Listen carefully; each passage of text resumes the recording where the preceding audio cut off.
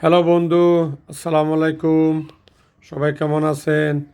বাসায় বোন আসছে, বোনের ছেলেমেয়েরা আসছে, সেই উপলক্ষে বাসায় একটু দাওয়াত চলতেছে এবং এর মধ্যে আমার বউরও সামান্য শরীর অসুস্থ।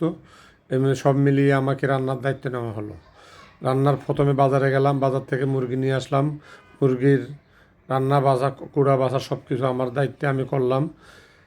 করার পরে মুরগিটি আবার সব কিছু পরিষ্কার করার পরে রান্না রান্না করলাম।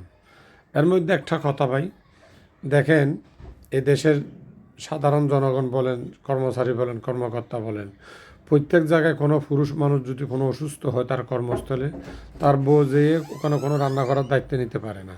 কিন্তু আপনার বাসায় দেখবেন, বউ যদি অসুস্থ হয়, স্বামী কিন্তু তার দায়িত্ব নেই। এটা বাস্তব। এটা আমার ক্ষেত্রে যে রকম দেখতেছেন, প্রত্যেক সংসারে যত বড় উচ্চ হোক আর নিম্ন হোক, সাধারণ হোক আর মধ্যবিত্ত হোক, সবাই কিন্তু তার স্বামী তার বউর দায়িত্ব নেয়। কিন্তু মহিলাদের ক্ষেত্রে নারী তার স্বামীর দায়িত্ব নেওয়ার ক্ষেত্রে জীবনও নিবে না, জীবনও নিবে না। এটা কিন্তু সবাই মাইন্ড করে লাভ নাই, যেটা বাস্তব সেটা বলছি। ধন্যবাদ।